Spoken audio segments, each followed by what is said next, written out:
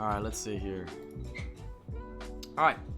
Hello, everybody. If you're watching from the YouTube channel, it's good to have you here. Today, we're going to be talking about this new balance patch. I heard it came out a little while ago. I told you guys I would be talking about it, even though I am still here in Singapore. I decided to have a stream up and to discuss. So if everybody on Twitch would like to say hello to YouTube, feel free to do so. Yeah, we're going to be uploading this. And for you guys on Twitch, once I upload this to YouTube, probably within the next 12 hours or so, depending on the internet, right? We will be giving away a $10 iTunes or Google Play. All you got to do is be a subscriber, like, and leave a comment on your thoughts. You know what I mean? Sometimes, you know, people leave thoughts and they're just like, oh, this is trash. This is crappy. You know what I mean? Give me some more details in your comment. Like, what don't you like about it? Or what you do like about it? And what you're interested in this this balance patch. Yep. But let's go and take a look here. I heard a couple things from some people, but I specifically did not read in detail all of these balance patch notes in order to kind of go with you guys through them. Yeah, first one here, Dark Dragon. Okay, I did hear there was a buff to Dark Dragon. To Decimate, this is Dark Dragon's third skill. Added effect, the enemy defeated with this skill can't be revived. Okay.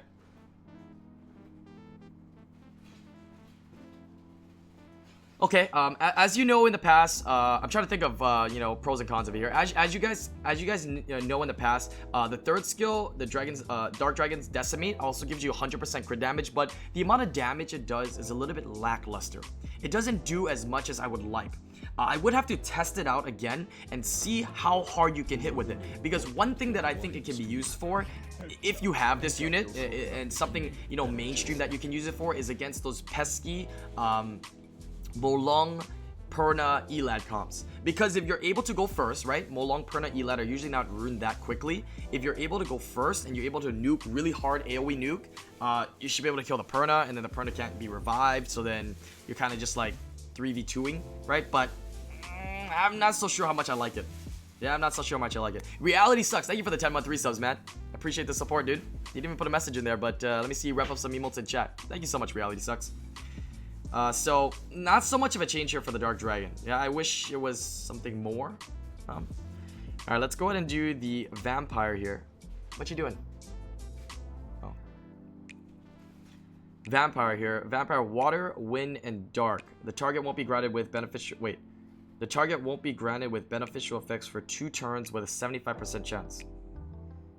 So skill 2 weaken, right?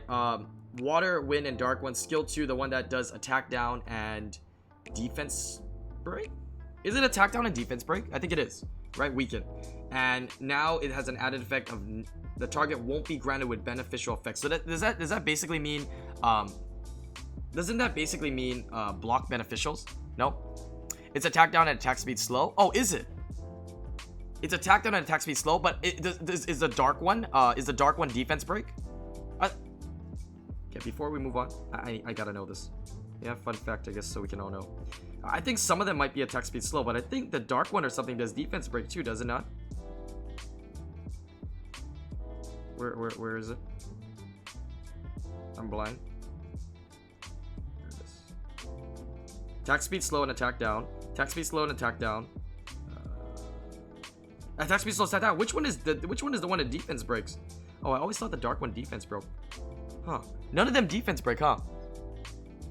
I thought one of them defense broke. Wow, none of them defense broke? Wow. They're pretty crappy. Okay. Alright, good to know. Yeah, good to know. For me personally, I always thought one of them defense broke. Yeah, just for the fact that if you guys didn't know, the light one has the same skill as the fire one, but the light one has an added effect to that skill. Even though it's a noble agreement, it's a premium noble agreement. Yeah, the noble agreement of the light one gives you 30% crit rate, and if you stun, you get to if you crit, you get to stun. Yeah, so I thought the dark one had the same skills as the other one, the water and the wind, weakened or whatever it is, and it had a bonus effect on it. I thought it did, right? So it doesn't. All right, now that it says the target won't be granted with beneficial effects, this can be more useful. Yeah, I see people potentially using Argon a little bit more. Argon's already known for his third skill to hit pretty hard. So having this, you know, definitely will be more useful in Guild Wars, Guild Siege. If you already use Argon because he does a lot of damage in raids, you're actually going to contribute a little bit more because of the block beneficial. They both give extra crit. It's just the light that stuns and has speed scaling. Ah, okay. So they both get 30% crit rate, but the light one stuns and has speed scaling. Yeah, but the skill is the same, right? Noble agreement. So I thought it was going to be the same with the dark vampire, but it's not. Okay, so a nice quality of life change, I guess you can say, for the vampire. Yeah, 3 effects into 1 now. The target won't be able to be granted beneficial effects, as well as it has attack down. It has attack speed slow.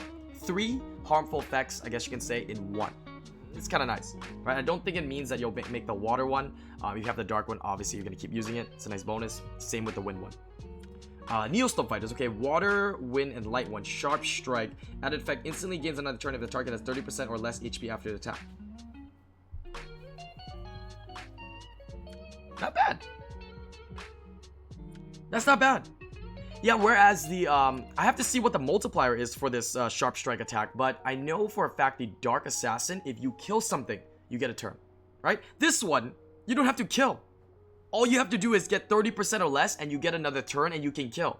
So effectively, you only have to rune up this Neostone fighter. People might build this now as more of a damage dealer because it can be kind of reliable, right? You do damage to a target, and you just have to do 70% damage, and you're gonna get another turn, and then you can just kill it. You can kill the remainder of it with, you know, a first skill or something like that. It's not bad.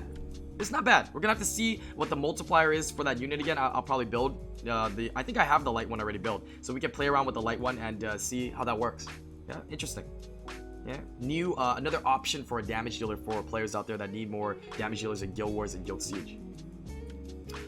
Polar Queen here, touch of mercy, okay, decrease the cooldown by 1 turn. Okay, that's nice quality of life change. I did just get a Brandia. I'm just about to skill her up. She needs 1 more skill up, but she's max. So we'll be using her in Labyrinth. This makes her a lot more viable in Labyrinth, which she was already found to be pretty good in Labyrinth, as well as she's gonna be good everywhere else. You know, raids, Guild Wars, Guild Siege.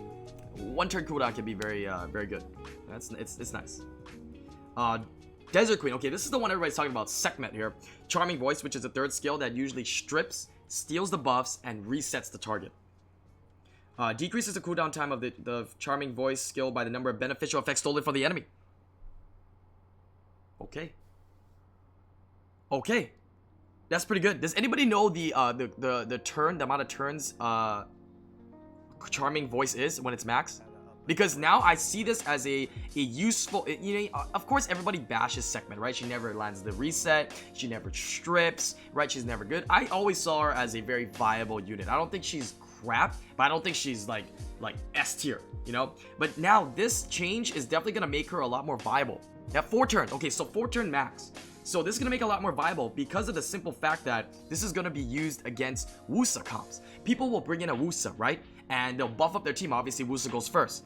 Sekhmet comes in to reset whatever target you want, as well as gets to take 2 buffs, right? Sometimes it maybe even 3 if there's potentially shield runes on. Decrease your cooldown by 3 turns. I think that can be pretty big. Yeah, especially if you... Typically, people rune Sekhmet on Despair, but now if you go Violent, right? You use that, you get another turn, you potentially could have Charming Voice up pretty quickly. Yeah, that's... It's nice. It's really nice. I think it's gonna make Sekhmet be seen a little bit more in competitive RTA. Yeah, especially, or at least right now, when people, it sounds good enough to test out. We're gonna have to see when people test it out if it's gonna be, you know, prime or good pick in the long run. But I like it. I like it. If 3rd skill gets reset, it feels bad. I mean, but there's nothing here that, you know, if it gets reset, it's reset, right? That comes down to your accuracy check, resistance check, right? It's 100% chance to strip and reset, right? Before the resistance check. So with that in mind, I still think it's a good skill. Yeah, people oftentimes bias a unit by, you know, saying, oh, I never, you know, land a strip, or Theomar's always violence, Ritesh always violence. I mean, it feels like that. I believe it as well, but let's be real. At the end of the day, it's statistics, right? It's gonna come down to that. Yo, Obsinur with this 6-month reset. Congrats on upgrading Coconut Badge to the silver one, man. Yeah, welcome back. Still no Daphnis buff. Still support the Ana. Thank you so much, Obsinur. I appreciate the support. And yeah, I guess apparently I didn't go through all of it yet, but there's not gonna be a Daphnis buff. That sucks. I would love to see a Daphnis buff. Next one here is Rakshasa Water. The attack is guaranteed to stun for 1 turn if the enemy is suffering from more than 2 harmful effects. Changes to guarantees to stun the target for 1 turn if the enemy is granted with a harmful effect. Viable Guild Wars, Guild Siege, right? Guarantees. That's very nice. It's a nice effect to have. Guarantees. That means I mean, does the wording guarantee? I mean, okay, obviously guarantee means 100%. But does guarantee mean that it's gonna land even through resistance check? Because you have to be careful with the wording, right? Right? You have to be careful because does guarantee in this case mean cannot be resisted, right? There's different wordings. Yeah, if it cannot be resisted, it's really nice. If it just means 100% and they're using the word guarantee instead of 100%, it's meh, right? It is nice quality of life change that you don't need 2 harmful effects, you just need 1 to be able, in order to activate the extra effect. So we're gonna see how that comes into play. I do have a lot of Rakshasas. We could build one and test it out. There's no problem. Yeah, I have an easy time building units because I have a lot of extra fodder. Let's check out the win one here. Added effect increases the dancing whip passive activation rate by 50% each. If the dancing whip passive doesn't get activated, the increased weight will reset when the dancing whip is activated. Okay. So now if you don't get the passive in multiple turns, it's gonna give you more chance until you actually get the passive to proc. Okay. It can be fun, right? It can be fun. That means that she's gonna potentially activate that passive quite frequently. Let's move on here to the next one. Ifrit Wind, okay. Mock Crush. The damage increases by 50% if there's... Oh, this is actually an Ifrit buff. Interesting. There hasn't been an Ifrit buff in a while. The damage increases by 50% if there's only 1 harmful effect on the enemies. The damage increased amount is the same as the previous one with 2 or more harmful effects. Oh, so now before you had to have more harmful effects in order to do increased damage, but now you only need 1. So this makes the Galleon Kamamir comp a little bit stronger because you're gonna do that extra damage, right? Wait, which one is Mock Crush? Is that skill 2 or skill 3? It's skill 3, right? Skill 3. Okay, so it's just effectively more damage. Yeah, so now it's gonna they're trying to make the Wind Ifrit more viable, right? They're trying to bring in the Wind Ifrit and, you know, push it up to a little bit more power with Tassarin and Theomars, which I think is nice. Yeah, so it's a nice quality of life change. We're gonna have to see how much damage it does, how much more damage it does. Yeah, it could be a prime nuker for everybody out there. Yep, it's nice. It's okay. Light Horus. Okay, people have been talking about this as well. We did summon a Light Horse for somebody in Hawaii, Yokima, on stream. Yeah, and let's take a look at what the change is for it here. We recover the attack bar of the ally with the lowest attack bar by 30% every turn, and increase the ally's attack power by 1 turn. That was the previous effect. New effect is increase the other ally's attack bar by 10% whenever your turn ends. If allies have beneficial effects, additionally increases the attack bar based on the number of beneficial effects up to 20%. That is a huge buff. If I'm reading that correctly, that is a huge buff. This is literally the light ragdoll. Yeah, the Jib, thank you so much for the biddies. Long time no see. Aloha, brother. Positive vibes to you. Thank you so much, Jib. I appreciate the 25 biddies, man. Every turn. This is really nice. Yo, Holy Demon, thank you for the 9 months, man. Oh, damn. Oh, damn, Holy Demon. Welcome back for the 9th month, dude. I appreciate that. I like this. Because I do know Yokima, and he does have this unit, we might be able to test it out. This means, for a fact, Light Horse will always be ruined on Violent. Yeah, because every turn you get 10% attack bar for your team. Effectively, because you could actually get more. Second skill of Light Horse actually gives buffs, and if you have beneficials, you actually gain 20%. Yep. So you can think of it as like this. Light Horse, use second skill to give anti-crit and buff, right? The 2 buffs. That's gonna go ahead and give 20% attack gauge guaranteed that turn. It basically means the second skill is those buffs and 20% attack bar. If you Violent, 40% attack bar. Yeah, and you get to use skill 1 to decrease attack bar of whatever unit on your opponent's team. 40% attack bar. It's like a more consistent ragdoll, because a lot of times when people have ragdoll, obviously it's still a very strong unit, but if you have a ragdoll in there and your opponent doesn't crit, you're not going to get attack gauge increase, right? Whereas now you guarantee get attack gauge increase every turn. Yeah. Okay, this is a good question. What is the cooldown of skill 2? Is the skill 2 always give beneficial effects? Is it always up? Can somebody check that for me? Is the skill 2 cooldown fast enough that every single time that the buffs are about to end, it comes back up? Because if the light horse is able to keep buffs up all the time, this is really nice, because you're always going to increase attack bar by 20% unless your opponent strips. You see? I like this. Yeah, I like this a lot. This is for players that have light horse. This is going to be a big game changer, especially for RTA. Yeah. Well, another toxic unit has been born into RTA, boys and girls. We're going to have to see how it plays out. We're going to have to see how it plays out. But that's pretty broken. Yeah, skill 2, give the buff into a violet, 40% attack gauge increase. You pair that up with Leo, dude, you're going to be getting like... You're going to get so much advantage from your opponent. Eventually, at some point in your battle, you're going to get a violet. And if you violet, you get 40% attack gauge. I don't know, man. I don't know. That right off the bat, it just seems really broken. This is the unit to be looking out for. I know it's an LD unit, but it's a unit that I'm curious, and I'm curious to see, you know, what happens. All right, let's move on to the remaining units here. The 3 stars and the 4 stars. Mystic Witches, Water, Wind, Fire, Crow Summoning, Harmful Effect Rate increased. Okay. Okay. Okay. That's good. That makes Megan more useful. Yeah. Fine. Appreciate it. That's a great quality of life update for everybody. Yeah. Mystic Witch Fire, the recover amount increases from 2% to 5%. Oh, wow. Yeah, instead of nothing, they give you 2.5 times of nothing. Yeah, still nothing. Okay, thank you for the update. Mystic Witch Light, cast Soul Protection on allies with the lowest HP ratio for 2 turns. Change to cast Soul Protection on allies with the lowest HP ratio on an ally with the lowest max HP for 2 turns. If only one ally, both with the lowest HP ratio and had a Burger King burger on that day, followed by his friend who had a McDonald's chicken McNugget meal with a sundae, both went to France together to study at university, then they both will have soul protection. Great. Okay, good. So we might be seeing a light Mystic Witch being used more. Great. Moving on. Barbaric Water. Added effect, absorb the attack bar by 50% each if you attack the enemy with no beneficial effect. Okay, that's nice. Nice quality of life change. And we did build the Water Barbaric King before. What we used them for was we tried to use them in DB10 because he can strip the immunity, right? So this might be a unit that I might start suggesting to players to use in DB10 more, because if you're starting to get into DB10, you know your opponent is going to have that, your DB10, the boss is going to have that immunity because you can't kill it fast enough, right? This unit can strip it, as well as if the DB10 boss doesn't have the immunity, you are going to reduce the attack bar of the DB10 boss, right? Effectively reduce the amount of damage you take, which can be nice. Gives it time for your Vero or whatever cleanser you have to remove the dots before the boss hits, because if you have dots and the DB10 boss hits, you take more damage.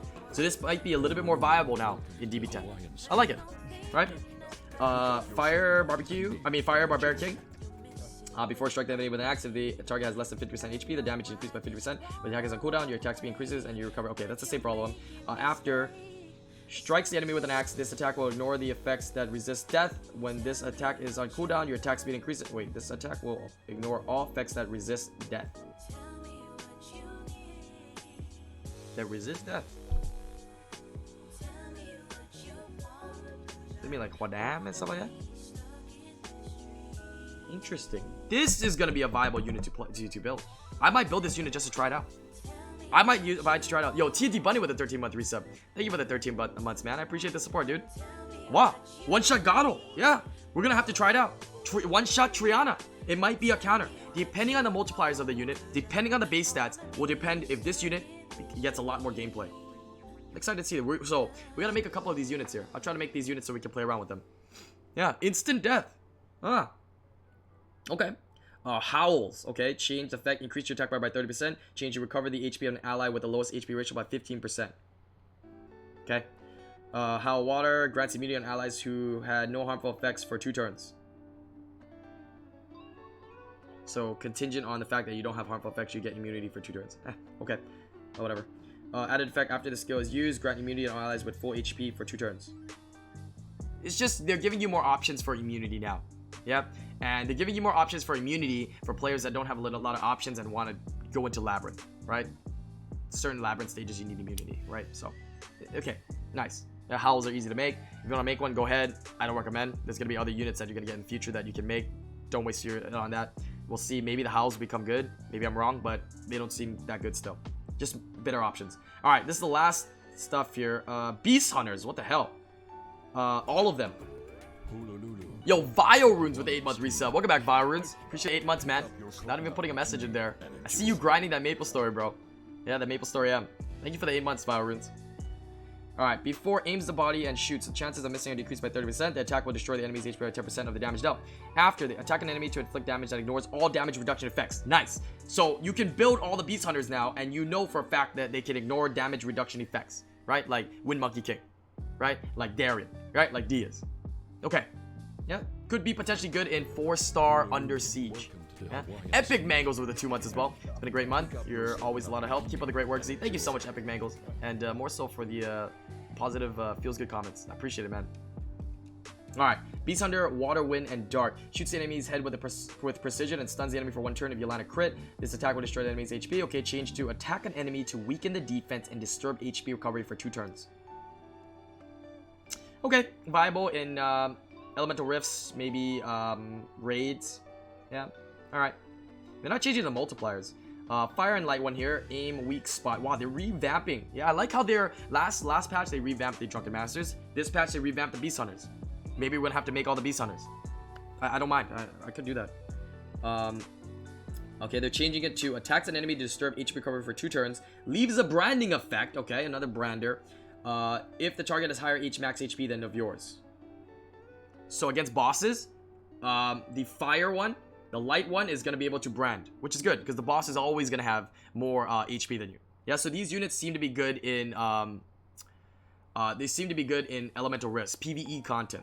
Yeah, we see a little bit of PvP content with the first buff to the aim body to all of them, but that's about it. Everything else is PvE content buffs, which is nice and expected, especially with Labyrinth being released. The water one here increases the crit rate by 20%, decreases the chance of landing a glancing by 20%. Chain after freezes the enemy for 1 turn if you attack the enemy under a harmful effect. Also passive now, you get to freeze. Okay, this could be a unit for TOA hard, TOA, right? You can freeze. Maybe Guild Siege, right? As long as they have a harmful effect, you're gonna freeze. So now you can like wombo combo, and when you put defense break with Galleon, you can freeze a target, right?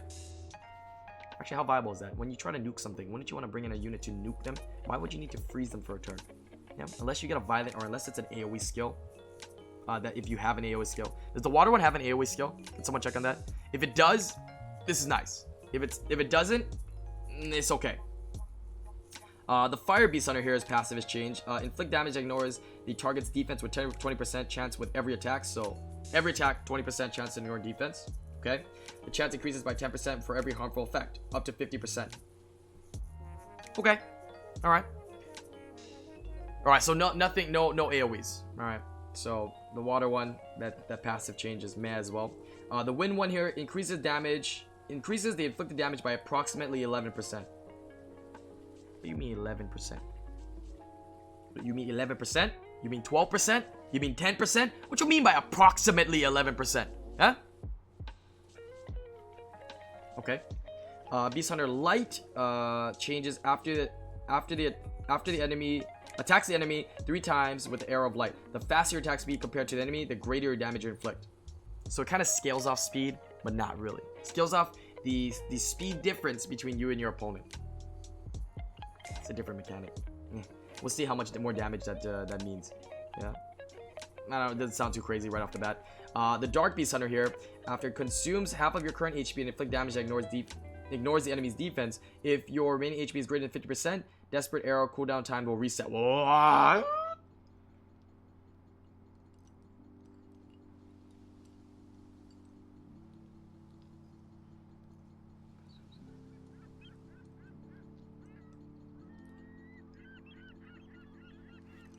Consumes half of your current HP to ignore defense.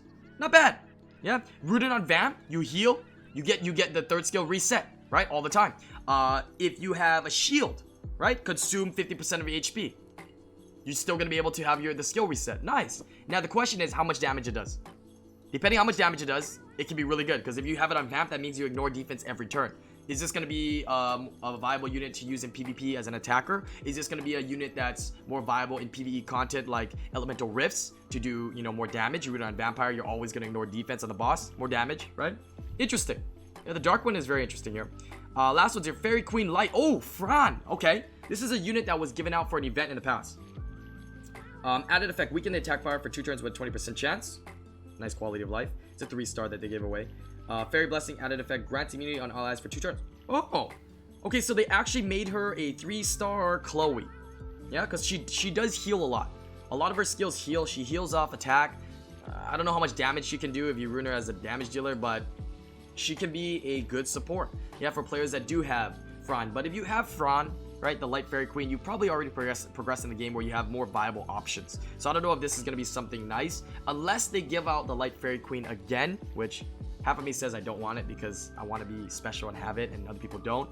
But half of me also wants it so people can obtain it and use it as an early game healer or support unit. So, if they release it again, then I can see this being a little bit more viable. If they don't, then this is kind of meh, to be honest. Skill error changes. Leader skills have been modified. Fairy Queen Light increases the attack speed of monsters by 10%. Okay. Awaken effect of some monsters have been modified. Gains leader skill, enhances the light. Okay, so just some quality of life changes, AI improvements, and skill error changes. Yeah. So overall, I think this balance patch is okay. I don't think it's particularly really strong. There's some units of interest that are exciting. I don't think it's OP. I think it's okay. Yeah, and I'm really excited to try some of the 3-stars actually. I think the last balance patch was still weaker than this, but we have yet to get a balance patch recently to be wowed. So I want to be wowed again, Comp to us. Yeah, so I'm hoping more balance patches, and maybe the next one something that can wow us, you know. But if you guys are watching for the YouTube channel, everybody on Twitch, go ahead and say bye-bye to everybody on the YouTube channel. Yeah, thank you guys for watching. If you guys are watching the YouTube channel, thank you for the support. Again, I'm in Singapore, but we're going to try our best to get some more videos out. Again, make sure you're subscribed, you like, and leave a comment below on your thoughts about this balance patch. Yeah, I'm going to probably try to read through every single comment. I want to see some actual, comments. Like, give me some full details on why you think it's bad if you think it is, and what you think is good and what you're interested in. Yeah, but as always, I'll catch you later. All right, peace out, everybody on the YouTube channel. Hello, everybody.